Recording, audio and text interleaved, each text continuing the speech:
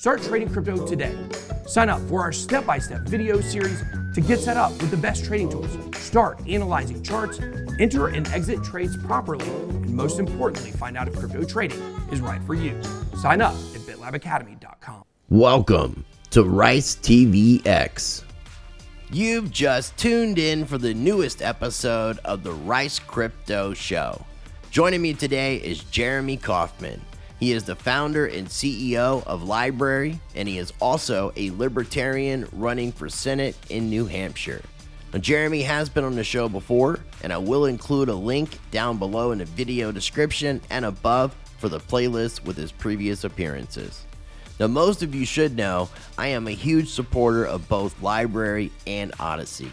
So I invited Jeremy on today so we can get updates on the SEC versus LBRY case, and then turn the conversation to Jeremy's run for Senate as a libertarian in New Hampshire.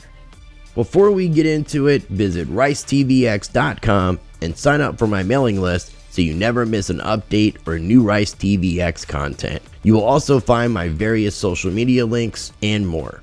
You can also find Rice TVX on Odysee and LBRY, where I have a full catalog of my videos, post up extra content, and share other appearances. And you can also find Rice TVX on BitChute. I will include links in the video description for everything I just mentioned, as well as everything shared on today's video.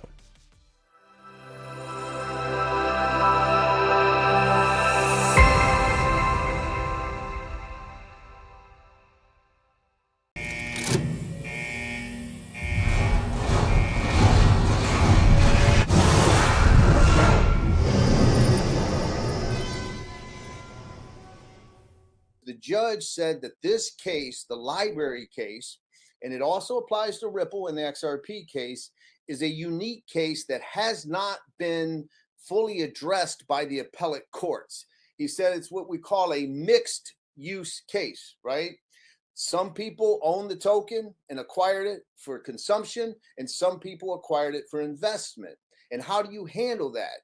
You know, and the judge ended up at near the end of the hearing saying to the SEC attorney, well, what if we were to look at every LBRY transaction and we were to come up and find out that 75% of the people acquired it for use and utility, right? To utilize the platform, and 25% investment. How does that make it a security or not security? Then the judge flipped it and said, well, what if the opposite is true? What if we were to learn 75% of the people acquired LBC for investment and 25% were for use? You know, what language do I use? What standard do I apply? Is it a, principle? Is it, he asked for this. The SEC's attorney basically said something very dangerous. He said utility doesn't matter. And the SEC attorney conceded that some people acquire LBC for consumption and to utilize the blockchain. But he said to the judge, doesn't matter what the percentage is, even if it's 75% of the people who acquired it for use and non-investment. If an objectively can say that there was some expectation of profit, then it's a security. And I just want you to think about that for a minute, because that is so dangerous, because it's an umbrella that just usurps all kinds of asset classes. It would make every crypto. You could even argue that definition applies to Bitcoin. Joining me on today's show is someone who is not a stranger to the show at all. This is Jeremy Kauffman. He is the founder and CEO of LBRY. Jeremy, welcome back to the show. How's it going, my friend? Things are going pretty good overall. I wish it was better circumstances that prompted this one, but things are going good. You know, ironically, it seems like every time I talk to you is because of something crappy happening, basically. The first time we met was because of the YouTube censorship and me needing another platform, which is why Odysee and LBRY have become my main focus, where you can find all of my content. And you've been on the show several times. This is actually your 5th appearance. So I will have a link down below for all your previous appearances. And the last time that you were on was April the 8th. And that was dealing with the initial news of the SEC case. So the SEC announced on March 29th, 2021, that they are bringing charges against LBRY stemming from a 2016 to 2020 token offering that the SEC says raised $11 million.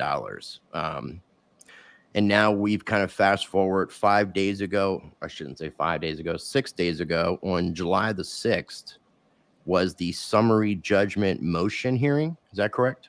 That's right. That's right. Okay. And what I had gathered from that was absolutely alarming. Now, everything that we're going to talk about is going to be linked down below in the video description. So I definitely encourage people to make sure that they're checking out LBRY.com. Make sure you're following me over on LBRY and Odysee. I'll have links for the LBRY Twitter page, which we'll come back to here in just a moment. I'll have a link for this SEC framework for investment contract analysis of digital assets, the SEC charges against LBRY, and then the Howey test information, which is going to become very relevant. But the main thing I want people to focus on is the help library save crypto.com. So, Jeremy, the last time you came on was right after, like soon after the news of the SEC charges. Now we have this summary judgment motion hearing. Can you kind of give your thoughts as a summary from everything that's happened since last we talked, since the charges were put forth publicly, and now you guys have had this motion hearing? Yeah, absolutely. So it's a complicated subject, and my company has been facing this charge since April of 2018. So we are approaching, it's been 4.5 years that the SEC has been going after our company without it being resolved. So it moves very, very slowly. There's not much of an update since April, but April of last year, not this year. Since April of last year, there's not that much of an update.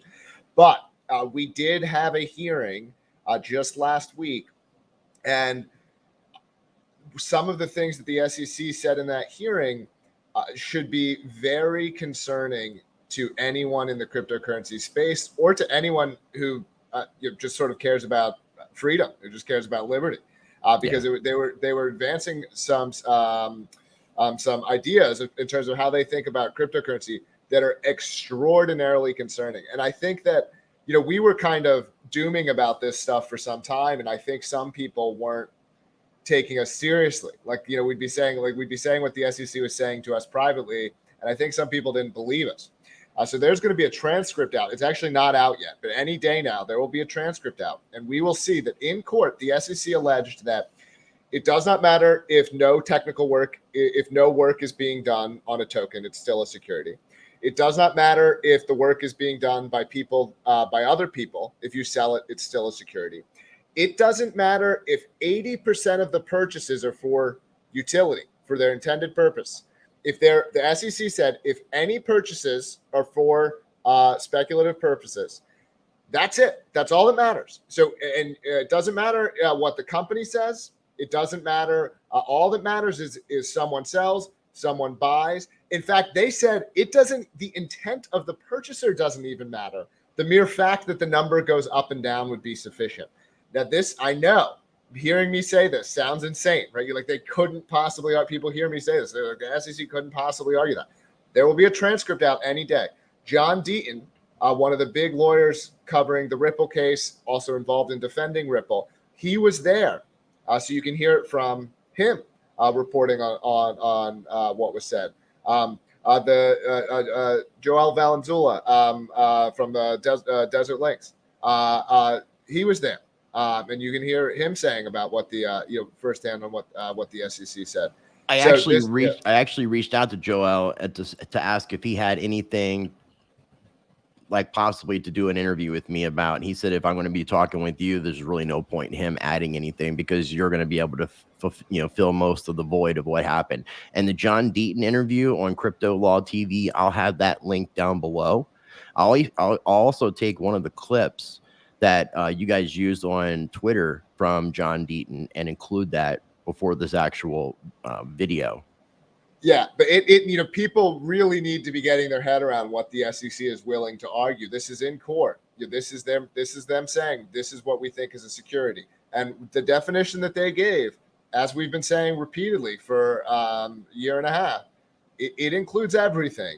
It clearly includes Ethereum, and it probably would include Bitcoin. And I know they have this speech. I know about the Hinman speech. I know about all this stuff. Look, they were in court. What they said in court describes Ethereum.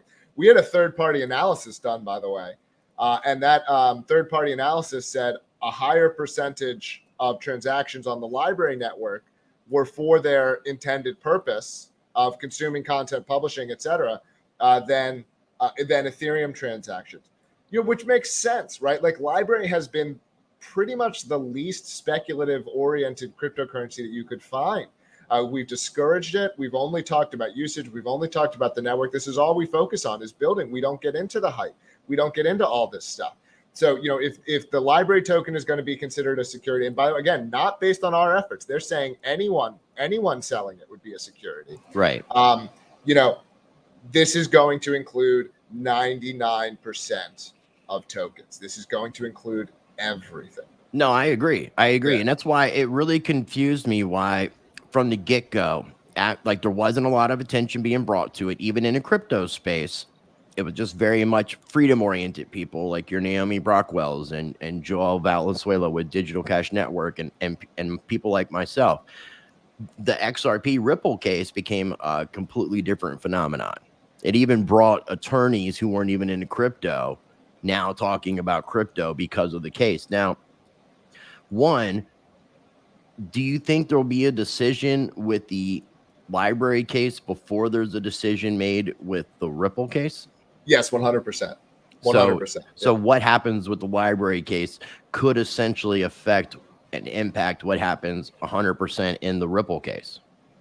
It could potentially, but I think that, again, this is the impact of both of these cases. What matters here is what happens to every other company, because this is not the end. Well, it could be the end if we win, right? If the good guys win, maybe the SEC would back down.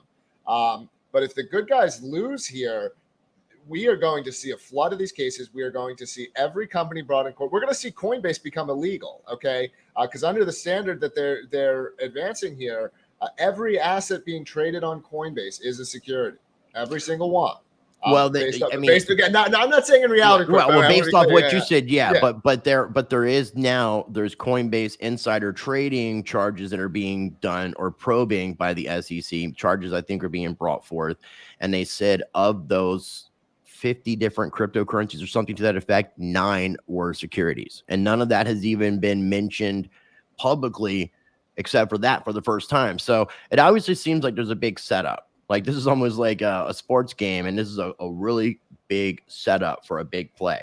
And when the SEC attorney saying that some expectation of profit, just any expectation, then it's a security, and that utility does not matter. Now, what I have up on the screen here is but they said, by the way, they said, just to show how extreme it is, they didn't even say that the purchaser has to have an expectation of profit. So they said in court that even a purchaser who buys it intending to use it, that was still a securities transaction, because some other people who weren't a party to that transaction, they were intending to profit. So it makes the other one a securities offering too. So the intent of the purchaser doesn't even matter. I mean, I can get really small about this, because me buying a pen to write a receipt for someone to buy something for me, that's an investment that's going to help. So you see, I'm going to get a return on that investment. Everything. So everything's a security. Right. Everything's a security. And so we're basing all this off of 1933. Well, 1946 was the Supreme, this SEC Howey case, which brings about the whole idea of the Howey test. But this all stems from the Securities Act of 1933 is how antiquated this is. And they say there's 3 to 4 different points. I heard John Deaton's explanation of the third prong of the Howey. But the 4 things that would make something a security is an investment of money in a common enterprise with the expectation of profit to be derived from the efforts of others. Now, me personally, I use Odysee and LBRY, and I'm staking tokens to bring viewership to my videos. So that's complete utility. And to me, it doesn't, if you're just looking at the Howey test, just the Howey test alone, it doesn't pass. Like, it's not a security based off the Howey test, but it seems as if the SEC is trying to redefine and change things in real time, but don't really know what the hell they're doing. Would you agree with that? Yeah, kind of. Yeah, I mean, they certainly are trying to redefine things and change terms. And I will be honest. Some of it does just seem like incompetence on their part rather than this calculated thing.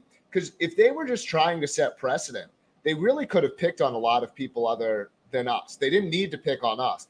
I think they expected us to behave differently, and sort of, once the system starts churning, there's not really this ability for it to stop. I'm always surprised that someone, and I'm sure the SEC will listen to this, because at least someone to the SEC tends to listen to all my interviews. Like, awesome. But hopefully they'll don't subscribe to my channel if you're SEC. Thanks for tuning in. But it's like, I don't understand why they're risking so much on this case, because you'll see the third party people saying, it's ambiguous. That them going after LBRY, we had real clear policy, which is about as nonpartisan and neutral as you can be these days, right? Like, it's of course very hard to find neutral outlets, but this real clear policy really tries to be this neutral organization. And they were analyzing the case, and they're like, the SEC's behavior doesn't make any sense. I mean, they've got a good grift going, right? Shaking down these companies. If they lose this case, that grift is going to be over. So, they're really risking a lot here. It's not clear to me why they're even doing that. Like, why are they risking so much on this case versus us? Other than, the case started and they didn't know what to do with it, because if they didn't bring it, then they would be showing that they were backing down. They waited until the statute of limitations was about to expire. I mentioned the case has been going on for 4.5 years. The statute of limitations was 5 years. So they came right up against it before they finally brought the case. Well, it was March 29th, 2021. So, and you said it was 2018 that they actually started the investigation. Well, and they're alleging we broke the law all the way back in 2016. Right. So they had to. So the expiration on the statute of limitations of the first crime that we would have theoretically broken would have been April of 2020. Would have been June or July of 2021. They brought the case in April of 2021. So they brought the case just 2 or 3 months before they would hit the 5-year statute of limitations on the case that they were bringing. So what they would do is they would let it sit, and then every so often, as they threatened to do, they would just bury us in subpoena requests. So every so often, every couple of months, 6 months, they'd burn, a couple $100,000 of the company's cash through these completely superfluous requests. And they would do that periodically. As they said, by the way, they threatened. They said, they made it very clear. They said, we have all the power.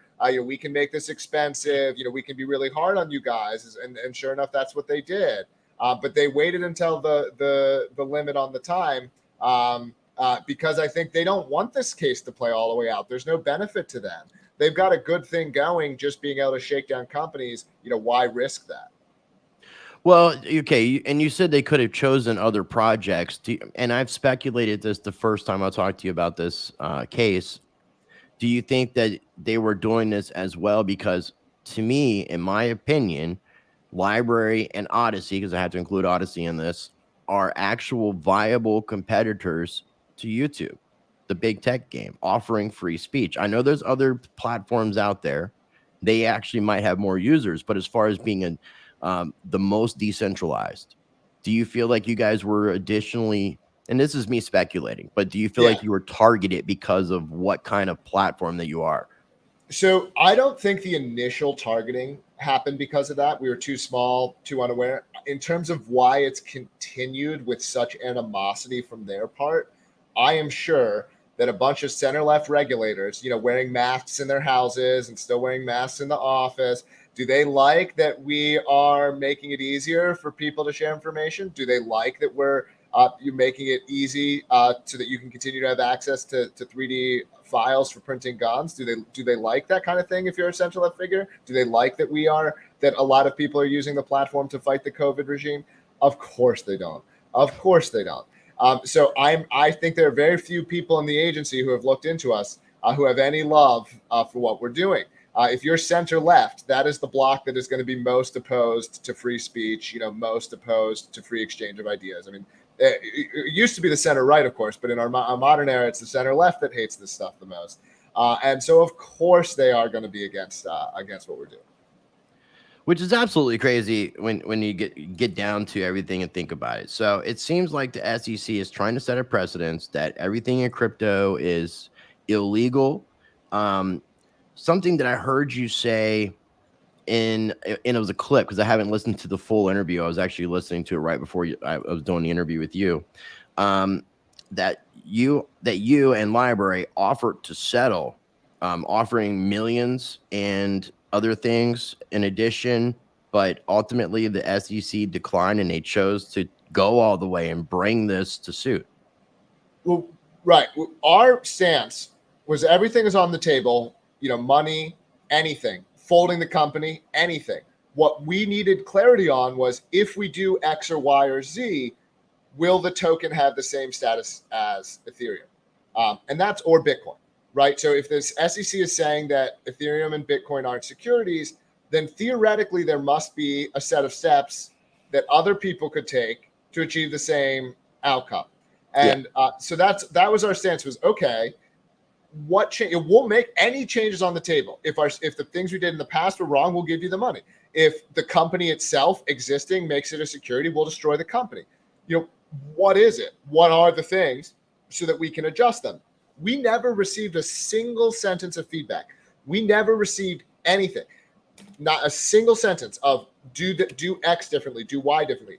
All the SEC has said is cease everything entirely, close your, they want none of it. They want, they want us not to exist. It's not a matter of doing things differently. And so, that's obviously illogical. If some other tokens have been able to achieve this status, clearly that should be something that can be repeated. Like there must be a set of steps that other groups of individuals or other companies can take.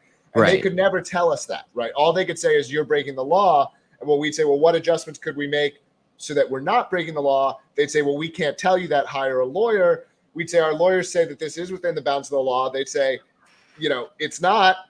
It's like, it's straight out of Kafka. Some of the conversations I've had with these people are insane. There's a few things that are coming to mind. I mean, I thought when I looked into the PragerU case against YouTube for First Amendment, trying to define whether they were a publisher or a public forum. And PragerU lost the suit. A California federal judge ruled that as a private corporation, Google, ABC, YouTube, they're not bound by the First Amendment. So as a private corporation, why are you guys bound by the SEC's Howey test? Well, I don't think that's completely, it's I know it's not relevant, but I just think it's really, really hypocritical. And also, and if I'm not mistaken, did you guys not hire a former SEC employee or attorney to work on your case? Oh yeah, I mean that's normal. But that didn't help with communication. I mean, everyone's defended by ex-regulators. That's the game, right? You get a couple of years of seasoning in the agency, and then you go work in private industry. So they're all. That is, I will say, that is one of the parts that I don't like about this, because everyone's very friendly with, not me personally, but the council are friendly with one another, right? Because they're all playing buddies. The same game. Yeah, right. They're all playing the same game. Because I'm like, these people are evil. I mean, I won't shake their hands. I won't talk to them. I mean, these people are evil. They are monsters. They are sociopaths. They are as evil as a human can be. I mean, it is disgusting the way that they behave. I mean, I see them as absolutely no different than someone who would stick a gun in your face and say, hand over your wallet. Worse, honestly, because it's at a larger scale. Where I've been mugged. It only cost me a couple $100. I mean, these people have taken millions of dollars from me. They've wasted tens of thousands of hours of my time, of my employees' time, all for with no victim, with no one going to them and saying, hey, SEC, Jeremy and these guys hurt me. Jeremy and these guys lied to me. Jeremy and these guys cheated me. There's never been any allegation of wrongdoing. There's never been any allegation of fraud. It is completely unilaterally being brought by the SEC on behalf of society, who are they protecting? They're protecting no one, and they are hurting a lot of innocent people. Well, and to me, like one of the first things when it comes to, especially from a voluntarist point of view, if there's going to be a crime, there needs to be a victim. And if there's no victims and nobody's coming forth complaining and saying, like they are in other instances, I mean, like somebody's suing a Board Ape Yacht Club over the speculation of price. It's really ridiculous. I wanted to ask you about this whole thing about the SEC attorneys and people coming up with the term mixed use case. What is that all about? I mean, I have an idea, but I love for the viewers to get an understanding of this, because also I will quote you as saying that you have a low and pessimistic view of the American justice system.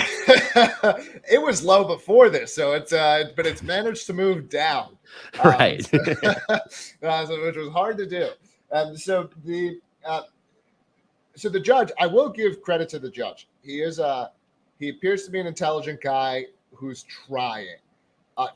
How quickly can a 60-year-old guy get up to speed on all of the economic and technical issues at play here? There are limits because he's got to do other cases too. But he is trying, and I want to have a lot of respect for him for trying. And he was asking some hard questions of the SEC, and he was saying things about. What if X or Y? And one of the cases that he was coming up on, so first of all, he got the SEC to admit in court that there was substantial, meaningful usage of LBRY for its intended purpose. Which to me, that should be like a case you would done. Think. Case you would is think. done. I know. That's why I wanted to ask about the mixed use case question. So then the judge is then posing these hypotheticals, and there was never any percentage discussed in the LBRY case. So there's in terms of what percentage was, but the SEC said, we think there's substantial there was usage of LBRY for its intended purpose. There was also a lot of speculative usage. So the judge is then asking questions. Well, what if it was 75%? What if 75% of the purchases were for utility and 25% weren't? And he said, so what if it was a mixed use? And this was the language that then, this was kind of happening, on the fly. Let's call this the mixed use case. And so there's all this discussion about the mixed use case. And the SEC says in mixed use cases, it's still a security. Even if 75%, I mean, now this is every collectible item. Okay. This is everything. I mean, it's everything in the world. Not just crypto. Yeah. I mean, this is anything. I mean, so how many things this is every commodity. Because again, the SEC says usage doesn't matter. And 75% is for non-speculative. If 25% is speculative, it would still be a security. So yeah, I mean, this is an incredible amount of goods, not just every cryptocurrency. Not just every collectible, every commodity. I mean, you could start coming up with practically anything. But they've never tried to use this mixed use case term for anything else prior to cryptocurrency, though. Is that correct? Well, right, because the government hasn't generally brought these mixed use cases, right? Because again, mixed use is what matches a ton of things. Right. Yeah. And it changes, and it also changes the definition of the Howey test, which that's precedence. Yeah. So you're adding to something. So that's what's kind of confusing to me as well. Yeah. So hopefully the judge is smart enough and comfortable enough overruling the government. I mean, that's definitely one of my concerns. He's clearly a law and order type who has a lot of respect for, government, officials. And so he's trusting a lot about what they say. And I don't think he has a good picture of how rogue this agency has been, how malicious they have been. He is, I think, going to trust them to a substantial degree. And that's definitely concerning, So now I've talked to Reggie Middleton from, about the Veritasium SEC case privately. I've had him on the show, so I've got a lot of insight about how dirty the SEC is. And another thing that you had mentioned too in the Deaton interview was that you feel like this judge, even though he's trying, he's older, he doesn't seem like he really wants to rule on this case because of the importance of it. He doesn't. So he's a good judge in the sense that he understands his role in the system and his role as a federal judge. So he's a federal judge, which is high, but he's the lowest level of federal judge. And so his role is not to be inventing new law. His role is not to be getting overturned. His role is to look at what more senior courts have done and consistently apply the tests and standards that they've created. And, so he was almost desperate to be given some kind of standard that he could apply here.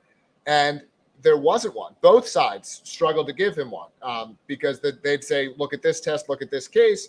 And quite reasonably, the judge would say, well, it doesn't apply here for X or Y. I mean, we've got a law that was written in the 1940s, and we're wondering why it doesn't apply cleanly to something invented 80 years later. I mean, you have a law about horse and buggies, and you're wondering how it relates to cars. You have a law about sandwiches, and someone invents the taco or the hot dog or whatever. It's like, it's not clear. Now I would think that when the law is unclear, the government needs to clarify the law, that it's on the government to fix that. And that at that point, that's got to be on, for us. Right. But, we'll see. The judge, now I will say this. So the judge is concerned about being overturned. That to me puts it a little bit towards the government. The judge, however, also understood how big the industry was. He's a kind of, he's a conservative judge. He's a Bush appointee. He has a respect for American enterprise, American innovation. He says this is a big industry in the United States. So, the judge, I think, did see that, hey, the SEC is saying something here that would apply to a ton of companies.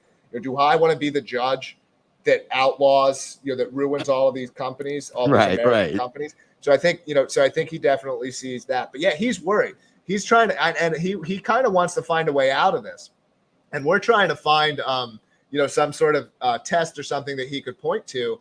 But as far as we know, this is new law being invented here. This is, so we'll find out. We're gonna be the precedent-setting case, and this is how we find out what the law actually says, I guess, as we go through this process. Well, okay, so after the court hearing, you said on Twitter that we're free. Judge was skeptical of many SEC claims. SEC was forced to admit that substantial usage of LBRY was non-speculative, ruling in 4 to 8 weeks. On summary judgment, trial seems unlikely. What do you, when you say we're free, are you? I just meant, I didn't mean we're free of the case. I was just excited to be out of court, and I think that came across too positively. I just wanted to make sure. I wanted to make sure some clarification. We're not out on from underneath it. We are, and I am excited to be reaching the end of this. That's the other thing is I think some people, have this sense of like, oh, well, what if we lose? Dude, we've already lost. We can only win. If we lose, nothing changes, because that's where like in the US, everyone's so scared of the SEC, everyone's so scared of the government, quite reasonably. We've already suffered the penalties of losing. Everyone, right. So we can really only go up from here. Like there's not all the bad things that would happen if we were found guilty happened when the trial started. We lost all the vendors, we lost all the people who wanted to work with us. We became kind of black sheep because everyone's scared of the SEC. Yeah, and then token value went down even during a bull market, which it makes sense because there are people who are obviously going to think the price is going to go down, and if they do hold the tokens, may want to retain their value. I get it, but it's crazy how important. Like again, I cannot emphasize enough how important this case is, and not understanding why there's not more focus being put on this. When do you think this will be resolved? So that's what I was saying. This is what I was partially what I'm excited about. It's not. So it's possible the judge will decide to go to trial to save his own ass a little bit, or to defer. When I say save his own ass, I mean, not have to decide as much himself, protect himself a little bit. Right. Play the middle ground. But he was kind of signaling that he was going to just rule, and so that means in under 8 weeks, the judge will just decide the case outright, one way or another. So he'll either say LBRY is right and the government's claim has no merit, or he would say that LBRY has. Well, there's also middle ground. So the judge could, because the SEC has different allegations against my company in terms of different things happened at different times. So the judge could even choose to rule on those differently. He could say that LBRY was making a securities offering in 2017 and 2018, but it wasn't in 2019 or 2020. All of that's on the table. But the judge has the ability to rule, to make the ruling outright for either side. And he signaled that is somewhat likely to happen. I also, in terms of attention to the case, so there was a great article just today, came out from Real Clear Policy, which is a big institutional news source.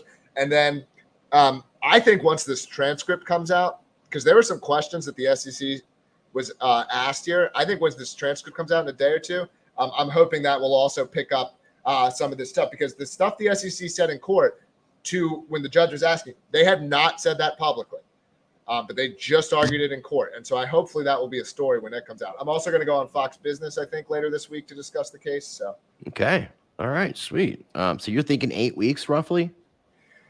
Yeah, I mean, I will say with these legal timelines, I have seen them be missed a lot. So I'm repeating things that other people say. This is not my engineering timeline, but hey, that's what I'm here. That's what people are saying is under 8 weeks. Yeah.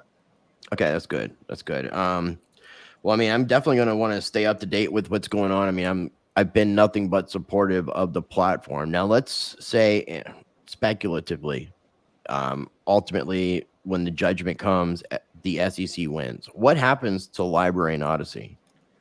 So Odysee's fine. We've done a lot to protect Odysee, and there's going to be even more news on that front in the coming weeks. So Odyssee's really, really safe.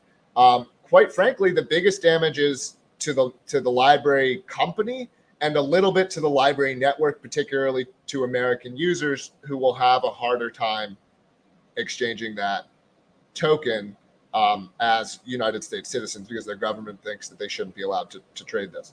Right. We're going to keep going, regardless. Like there's nothing existential. Everything's continuing to grow. And there's a real chance here that we actually end up with something that very few companies have, which is a clear legal status, right? Like if we win, we will then be one of the very few companies, that will be able to clearly show, hey, what we're doing is okay because we actually went to court over it. Right. But, the network, even the SEC admits it can't shut the network down. The SEC said this in court, that they don't see LBRY as necessary for the LBRY network to operate. I believe that they just said that in court on Wednesday, if I'm not misremembering. And so all that's going to continue. So maybe we have to pay them some money. I also think that the standard, the SEC can continue to cause trouble, but I don't see how it lasts. Like, it's such an absurd standard. There's so many people using cryptocurrency. Like, I think if the SEC is successful in court, it actually would force Congress to act, which is one of the scariest things, right? We all wish Congress would just stop acting. But I think here, there could be an outcome that's, I can't imagine getting a great outcome if Congress is passing a new bill, but it could potentially be better than the status quo. Ultimately, this is a big industry, like the judge mentioned, and you're going to see more competition on a national level. And if the United States wants to remain competitive with China, with their CBDCs, Russia, whatever the situation might be, we need to allow for innovation. And SEC is almost trying to stifle that innovation. I really don't understand where Gary Gensler's head is at. It doesn't seem like his brain's attached to it. It seems like a lot of the things he says are just asinine, and it just seems to be a straight attack on crypto. Which is what we talked about when I first brought you on. That's what this is, and this is set. People don't realize the importance of the outcome of this case. Look, if you're the head of a 3-letter agency, you are a highly political actor who is seldom to never acting on personal opinion. You're advancing an agenda that's related to the people who helped get you there and get you into that position. You are part of a web of interests. Gary Gensler is part of the progressive web, okay? And they don't like crypto, them and their interests, both for ideological reasons. Why the hell was he teaching it at MIT if he doesn't like it? What better person to be sent in to go in and destroy it? He built a great resume. And look, these people are soulless. They are soulless strivers who accumulate power. So someone like Gary Gensler, he doesn't have a personal opinion.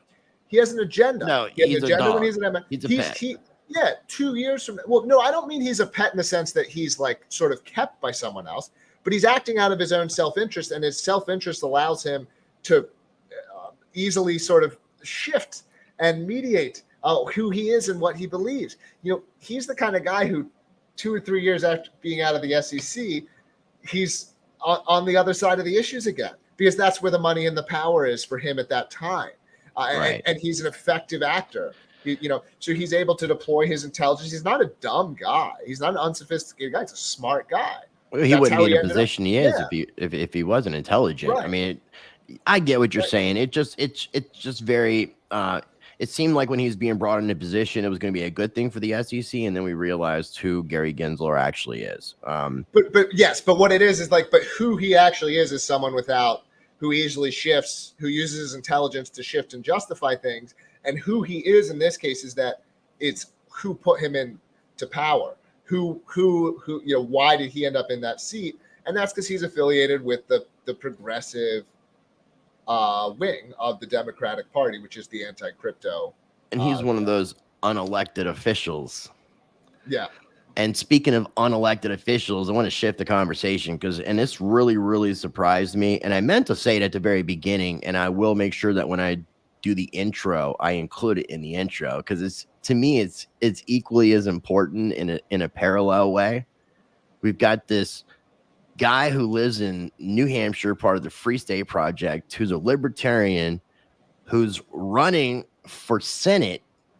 And that would be this guy right here, Mr. Jeremy Kauffman. And it really surprised me. It kind of, not that I'm putting you in the category of Adam Kokesh, but just another libertarian who was running for office. I appreciate the fact that people like yourself and Adam can think outside the box and try to make a difference within the system, which is what I'm assuming that you're trying to do. I don't think that this is a farce run. So can you tell me what led to Jeremy4nh.com, which is Jeremy Kauffman running for Senate in New Hampshire? This is a really rugged picture, by the way. That was peak fighting the SEC beard. Yeah. Certainly that having dealt with the government firsthand was an incredibly motivating factor. But I've always been involved in libertarian politics. I live in New Hampshire as part of the Free State Project, which is this movement to concentrate libertarians in New Hampshire. So I've been involved in libertarian stuff for a long time. I got involved in the Libertarian Party of New Hampshire because, quite frankly, because I was frustrated with things the Libertarian Party, was doing, and I got recruited to run. A bunch of people here really encouraged me and sort of sought me out to run. I was honestly a little bit hesitant because I don't like politicians or politics very much. That's why I'm an entrepreneur. I think that's I like that side of the market, the marketplace of products, rather than political persuasion. I can tell you now that I'm a politician, I still don't like it, but I'm doing it anyway. We're having some fun with it in a good way. We've got a lot of movement and momentum. There's a lot of people who are really excited about the race. We've been putting out some satirical ads. We put out an ad about how the earth is dying, it's going to explode. The only solution is to give politicians money. We've got an ad about sort of satirizing the military-industrial complex becoming really woke, and how it's really important that we get as many minorities into the Department of Defense, bombing people in Yemen as possible. So we've been doing some fun satirical ads that have been some have been going viral. Like this ad has got like 300,000 or 400,000 views, I think, and we haven't spent any money promoting it. So that's awesome.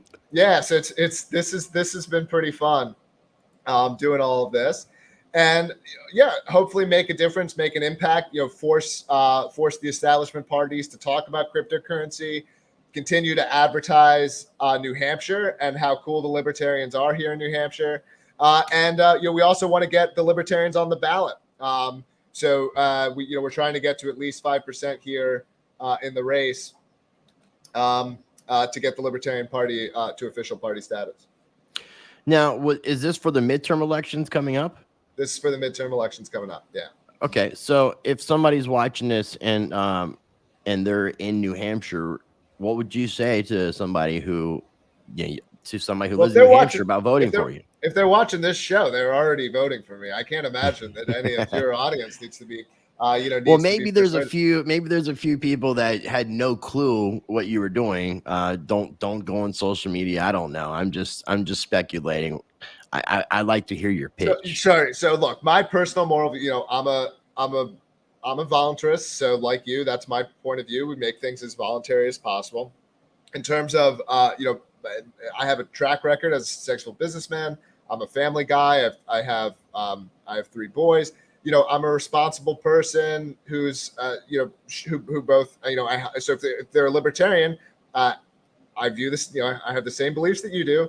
And I'm the kind of guy who can get it done, who has the ability to actually like make an impact, who has the ability, to actually do, something. So I think that if you're a libertarian, every libertarian should be supporting me.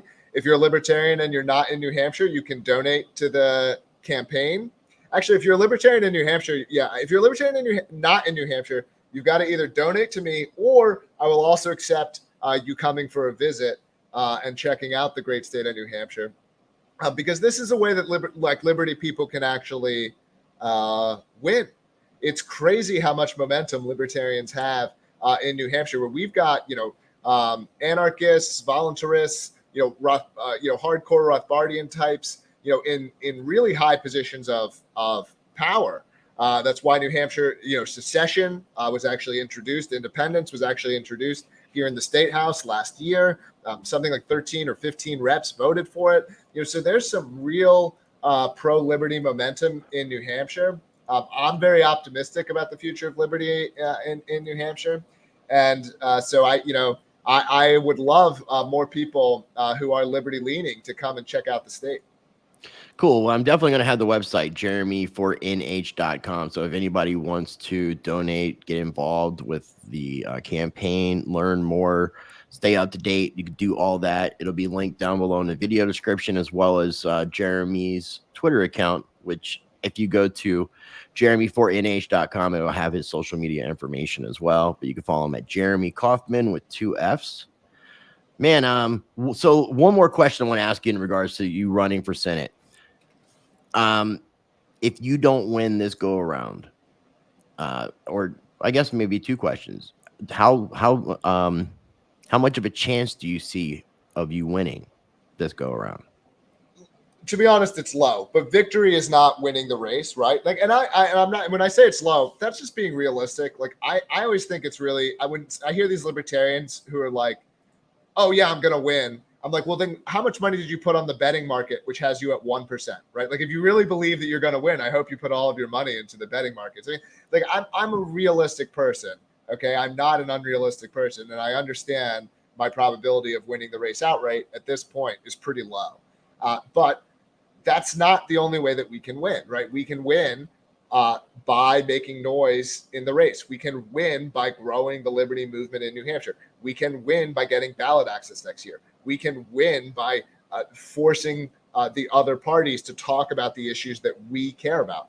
We can win by getting those parties to concede on certain issues as a way of trying to get our vote. So there's lots of ways that victory is possible here that aren't, just winning the race outright.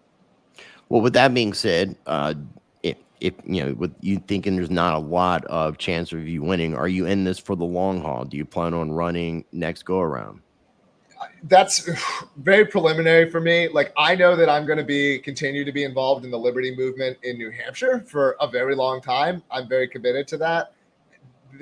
Me running for Senate, it's all part of that, right? Like, I've been a part of the liberty movement here in New Hampshire for more than 5 years. This is a part of doing that. And I'm very confident I'm going to still be a part of the liberty movement in New Hampshire 5 years, 10 years from now. Okay. Whether that will continue to happen through running for Senate or will happen in other ways, it's early, it's a little early to say. I respect that.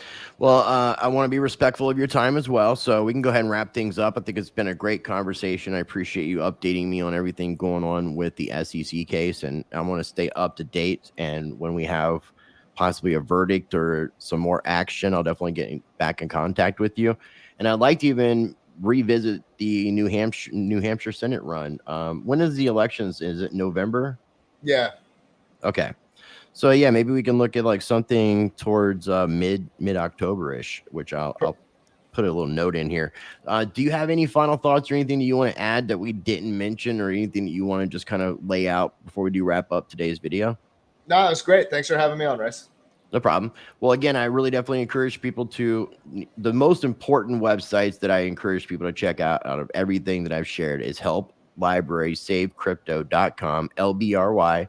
And then also make sure that you are checking out Jeremy's Senate website for his run for Senate at jeremy4nh.com. If you want more information on LBRY, if you want to download the application for your desktop or for mobile, you could do so at LBRY.com and get more information about the community. And make sure you're following me on LBRY and Odysee. I have all of my videos on both of those platforms. That's the only place you're going to be able to find 100% of my videos, because I've had to delete so much from YouTube because of the censorship. And speaking of that, one thing that you said earlier that reminded me, I meant to comment on it. You said that the SEC wouldn't really give any feedback as to what could be done to make the situation more legal or whatever the situation might be. And anytime that I would get a strike from YouTube, it was the same scenario. They would tell me I was violating their terms and conditions. I was promoting violence or things to that effect, but yet they will never tell me what it is I'm saying so I can try to correct it to not do it again. And as much as I have a disrespect for our law system as well, at least a police officer and judge, in most cases, not yours, will tell you what the hell you did wrong so you can correct it, so you know not to do it again. That's right. It's just ridiculous. I find that to be asinine. So I just wanted to add that in. And I appreciate your time. I'm just going to go ahead and wrap up and stop recording. So just bear with me 1 second. Again, links will be down below for everything we talked about on today's show. If you're not subscribed, make sure you're subscribed. Make sure you're following me over on LBRY and Odysee. And I will leave you with this. Be blessed, be the change, practice change. And I'll see you on the next show.